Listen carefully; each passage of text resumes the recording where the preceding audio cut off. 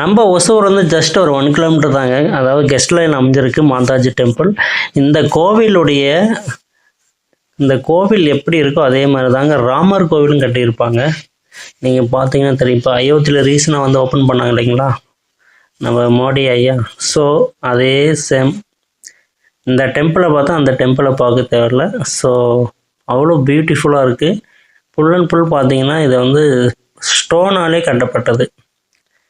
ஸ்டோனை வந்து அந்த கல்லை வந்து அப்படியே செதுக்கி அதை வந்து அப்படியே மெட்டல் பேஸ்ட் போட்டு ஒட்டியிருக்காங்க. அவ்வளோ ஒரு நுணுக்கமாக அவ்வளோ ஒரு சூப்பராக பண்ணியிருக்காங்க. பார்க்குறதுக்கே மிக பிரமிப்பாக இருக்குது. பயங்கர காஸ்ட்லிங்க இந்த ஸ்டோன்லாம்.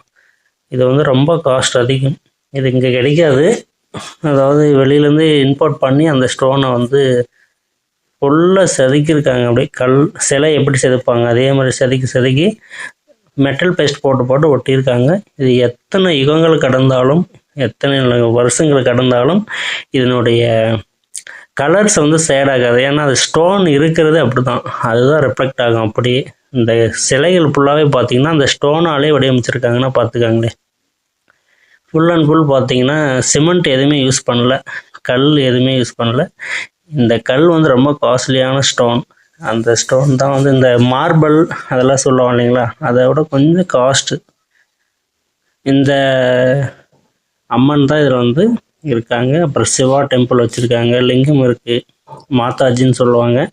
துர்க்கை அம்மன் தான் அவங்க நிறையா நார்த் இண்டியன்ஸ் வந்து வழிபடுறது. இது வந்து நார்த் இண்டியன்ஸ் வந்து வழிபடுற ஒரு ஸ்தலம், கோவில் மாதாஜி டெம்பிள். ஜஸ்ட்டு பார்த்தீங்கன்னா நம்ம ஒசூர்லேருந்து ஒரு 1 கிலோமீட்டர் தாங்க. கெஸ்ட் லைன் அமைஞ்சிருக்கு. போயிட்டு நீங்கள் விசிட் பண்ணி பார்க்கலாம். சண்டே டைமில் நல்லா க்ரௌடாக இருக்கும், பார்த்துட்டு வரலாம். இந்த டெம்பிளுடைய ஃபவுண்டர் இவர் தாங்க.